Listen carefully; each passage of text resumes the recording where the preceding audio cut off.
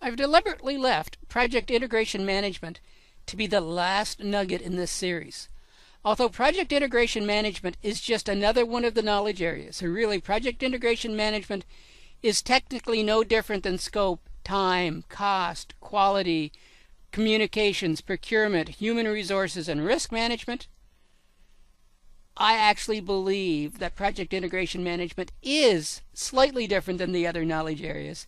And in fact, that Project Integration Management actually provides an excellent summary to project management in general, or an excellent summary to the PMBOK guide, or an excellent summary to this PMP prep series, and therefore I have left it to be the last in the series. Project Integration Management actually, in one sense, covers all of the other knowledge areas, as we'll see when we look at what makes up Project Integration Management. The first is to develop the project charter. The previous release of the PMBOK guide had a second process in the what I would call initiating area, which was to develop the preliminary scope statement. In this, the fourth edition of the PMBOK guide, the developed preliminary scope statement has been removed and simply embodied into, is contained in, the development of the project charter.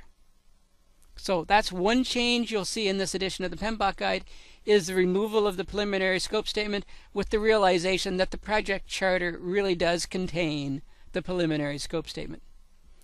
Develop the project charter. This is initiating. So that's that part of the PMBOK guide, or that's those process groups that are contained leading up to the initiating process group. The next part of Project Integration Management is to develop the project management plan. Well, that's planning. Or another way to word it, development of the project management plan is all of the process groups, or all of the processes rather, that are part of the planning process group. With the charter and initiation complete and approval to proceed, we move into the project management plan, which is planning. With planning complete and the project management plan approved, we move into project execution, which is our next aspect for Project Integration Management, which is direct and manage project execution. Well, that sounds a lot like executing to me, and all of the processes that make up the executing process group. Then we move into monitor and control project work. Well, that sounds a lot like monitoring and control, and all of the processes that make up the monitoring and controlling process group. We do have one unique aspect, if I can call it that, as part of Project Integration Management, and it is a very, very critical aspect, or very, very critical, unique characteristic of Project Integration Management. And this is where it truly differentiates itself from the other knowledge areas. And that is the performing of integrated change control. In scope management, we talk about the importance of controlling the scope of the project. Well, we do that important controlling the scope of the project through this, which is the integrated change control.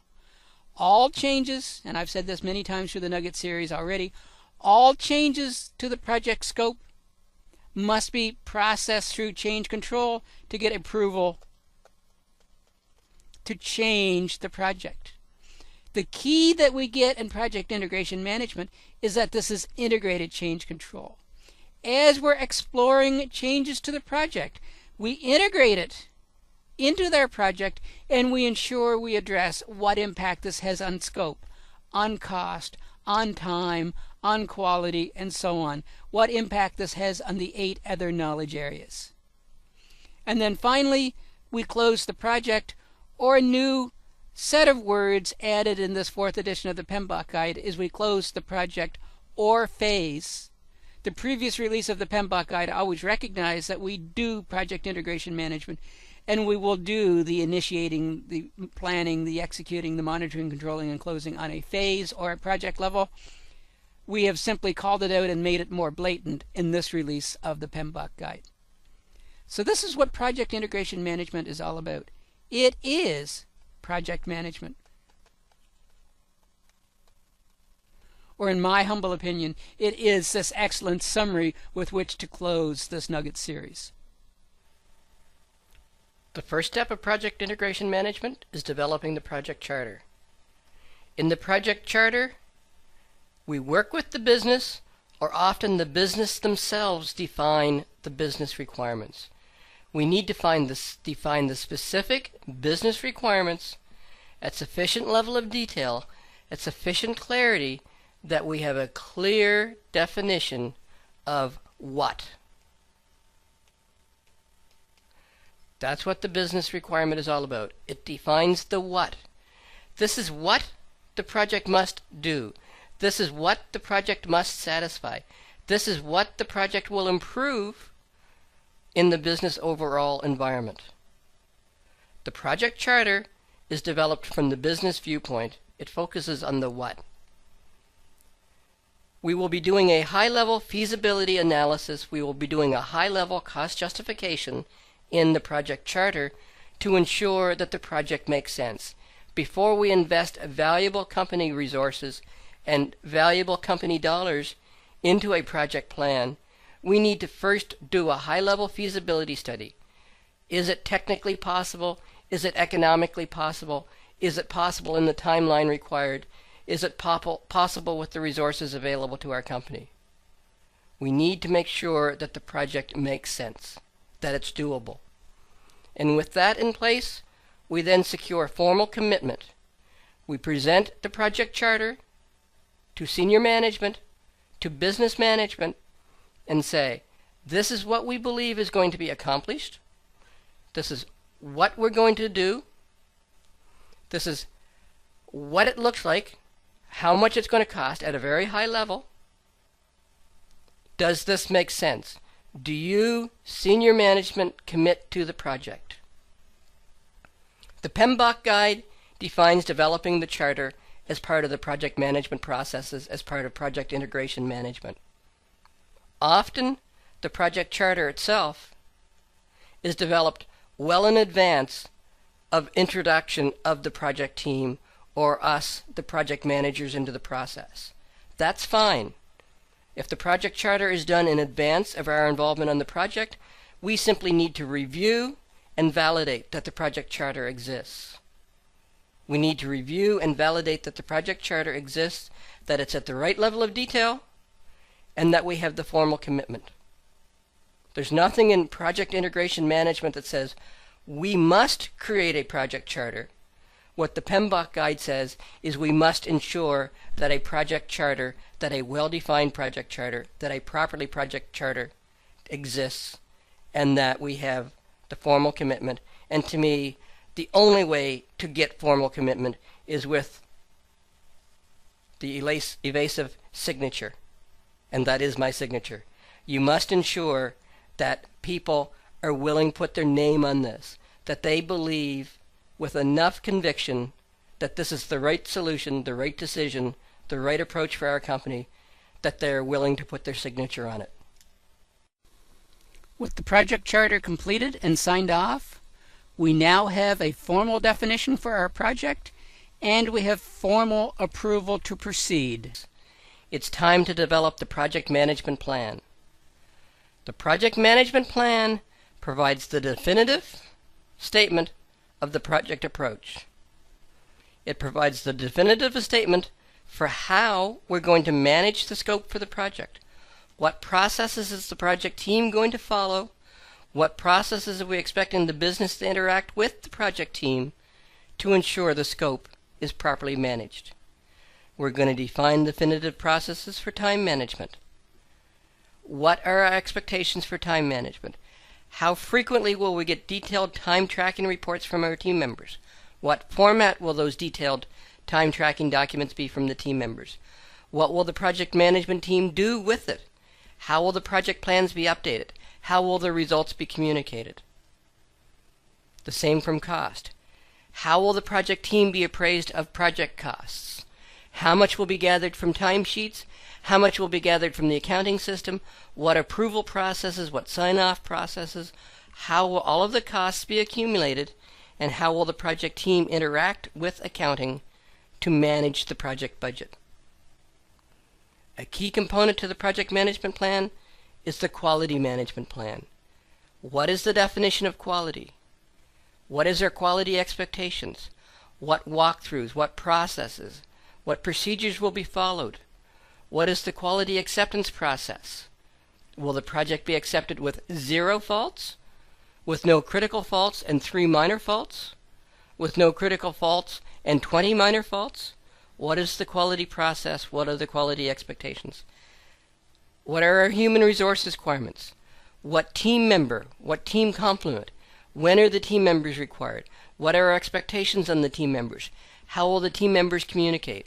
What are the standards and procedures for interhuman interaction within the project team? It's going to define our communications process. What information and what time frame will be communicated to what stakeholders? It's going to identify that you need to communicate weekly detailed status information to the project acceptor. It's going to identify that you need to provide summary project status information to key project stakeholders on a monthly basis. It's going to identify that you need to provide very high-level project information to the complete stakeholder community on a quarterly basis. It's going to define all of the approaches that you're going to use to manage and effectively disseminate project information to the stakeholder community. Absolutely critical is the definition of the risk management process. It's the identification: is this project risk averse, risk neutral, risk seeking? What are the key risks for the project? What strategies are we using to mitigate, to eliminate, to transfer, to avoid the risks? What's the contingency? What dollars? What time reserves are we putting in place to ensure that when risks happen on our project is not going to be a disaster, that our project is prepared for the risks? Proactivity. And finally, the project communications plan is going to define our approach for procurement. What needs to be procured? How are we going to procure it? How much are we going to procure? When are we going to procure it? And how are we going to manage the procurement process? The project management plan is the definitive statement of the project approach. From a PMI PMBOK viewpoint, all plans, all projects must include a project management plan. And the project management plan must address all of our key components to project delivery. How detailed, how comprehensive the project management plan is going to be dictated by the size, the complexity, the importance of the project. Smaller sized projects may have a 5-page project management plan. Larger projects may have a 25-page project management plan. Very large, very complex projects will not have so much a project management plan, but they will have a separate document that is the scope management plan. And they will have a separate document that is the time management plan, and a separate document that is the cost management plan, and on and on and on through each of the core components of our project management plan itself. The project management plan is critical. It provides the approach, the definition of how we're going to manage our project. The production of the project management plan completes the planning process for our project. Now we're into actually directing and managing the project execution. As discussed in the detailed nuggets, project execution is where the team members do the work to deliver the project itself. Our job as project managers during project execution is to facilitate the development of the project deliverables, to do what we can do as a project management team to eliminate the barriers, to ensure our team is working as productively as possible, to ensure that they are able to complete their job assignments. And we do that primarily by providing the appropriate project leadership. We support them, we encourage them, we facilitate, we do what we can do to ensure our team is able to execute the project, that our team is able to complete the project deliverables that are required to complete and satisfy the project scope statement. that are required to complete and satisfy the business requirements for which our project was undertaken. While the team is busy delivering the project execution, we, the project management team, are busy monitoring and controlling the project. In this activity, we manage the project. We manage that the project is on time. We manage that the project is delivering to budget. We manage that the project is delivering to the scope, and only to the scope. We don't want to embellish. We don't want to gold plate. We want to ensure that we're delivering the scope, and only the scope that's promised. We manage the human resource. We manage the communications. We manage the procurement. We manage the risk associated with the project to ensure that we understand where the project is and that we're taking the appropriate corrective actions to improve the project delivery situation, working with the business sponsors to ensure that any changes to time, to cost, to scope, the triple constraints, are being acted upon as a result of the facts that we are gathering during project delivery that is going to affect whether our project is on time, on budget, to scope, that risks are being identified, that risks are being dealt with, that risks are being eliminated, that your contingency is being used where appropriate, and the contingency is being applied to deal with the risks, to again ensure that our project is delivering successfully, on time, on budget, to scope. A key facet to monitoring and controlling the project work is communicating. Communicate, communicate, communicate, and if you're not sure your message has been heard, communicate one or two more times. Ensure you have full, open, honest, effective, consistent, reliable. How many more terms do I need to throw in there? Communication. It's your job. You're the project manager. We need to ensure that all stakeholders, that our sponsor, that our line managers, that our senior managers are aware of the project status, are aware of the project issues, are aware of the project risks, so that they can help us successfully deliver our project. Without proper communications, our stakeholders aren't apprised of our project situation and therefore aren't empowered, aren't knowledgeable to help us ensure the project delivers successfully. A continuous process throughout project integration management is integrated change control. Integrated change control will begin literally on day 0 or maybe day 1 of your project and will continue until day finished on your project. Integrated change control is all about managing all. How many times do I have to underline all to make sure that the importance is noted? That all project changes are managed. You need to have a process for managing the small changes so that it's not considered to be a bureaucratic nightmare, and you need to have process for managing the big changes to ensure that all project changes are properly managed. That no changes to any approved, signed off project condition happens without proper integrated change management. If you have to change the color and the color has been approved and signed off, you must go through change control. If you have to add functionality that is not in the original scope, you need to go through change control.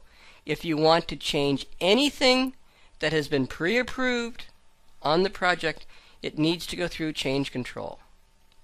We need to have proper processes. We don't want to be seen as bureaucratic. We don't want to be seen as restricting project progress. We don't want to be seen as always saying no to the business or adding so much paperwork to the business that they perceive we're saying no. So we need to have a very streamlined process for making the small changes easy and effective while still managing them as changes, while ensuring we have proper processes in place to manage the big changes as well. Integrated change control is all about ensuring that all change is fully integrated into the project. All change is fully integrated into the project, meaning the change addresses the impact to scope, to time, to cost, to quality, to human resources, to procurement, to communications, and to risk. So each change, small or big, needs to be reviewed to determine the impact it has on the scope, on the time, on the cost, on the quality, and so on. Once you determine the fully integrated change, you're going to document that. You're going to present that, and you're going to get approval. Through approval, you have effectively integrated the change into the project. You have effectively changed the project baseline. So the new project time, the new project cost has been changed, positive or negative, depending on whether the change is adding or removing from project definition, has been changed so it has a new project baseline. You have a new yardstick against which the project will be measured. You have a new yardstick you're going to use to measure again whether your project is on time or on budget. Integrated change control ensures that all change is properly integrated, all components to the project are addressed, it is documented, it is approved, and your project baseline is augmented to include the change. The last step to project integration management is closing the project. Unfortunately, often many projects never get properly closed, or if they do, they only address the first component, which is the administrative component. The physical closing of the books in your company that the project is complete. A key component to administrative closure is final acceptance.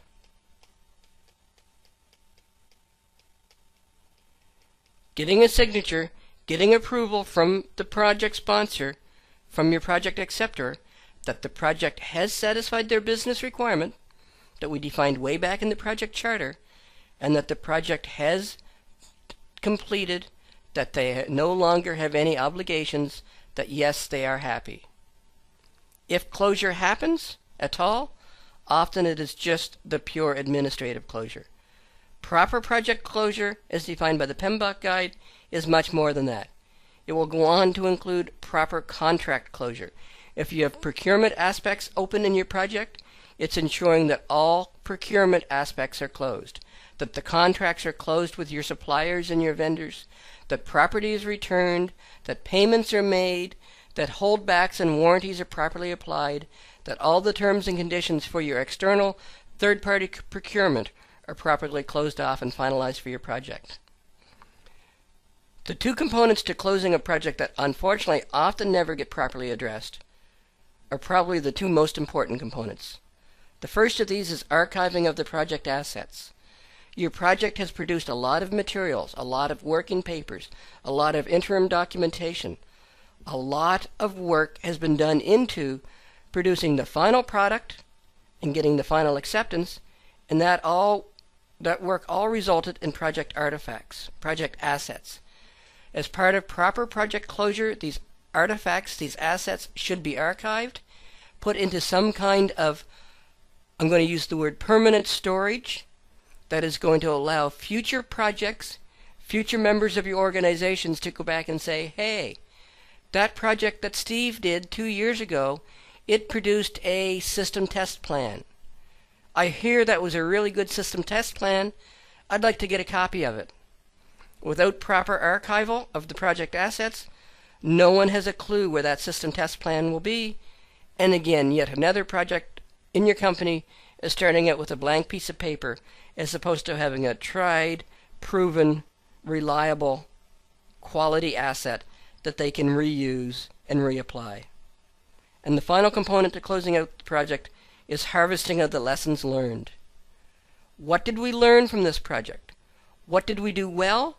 What would we like to repeat? What mistakes did we make? How would we avoid making them in the next project? Harvesting of the lessons learned and distributing those lessons learned throughout your organization is vital to ensure your project management processes and your organization in general progress and improve. You need to share. You need to improve. You need to add professionalism to the project management processes in your company. This concludes our nugget. In fact, this concludes our entire series on project management. This nugget, the focus was project integration management, or better still, this nugget focused on the knowledge area for project integration management. But as I said in the beginning of this nugget, I believe project integration management embodies and defines project management in general, consolidates what the PMBOK is all about, and therefore provides an excellent summary as you do your final preparation leading up to your PMP. Project integration management is all about getting the project started right. Developing the project charter is initiating. And with the project charter set, we will present that to the business. We will validate that our project is equipped and prepared and defined to address the business case, that it is a justifiable project, and therefore we have formal approval to proceed.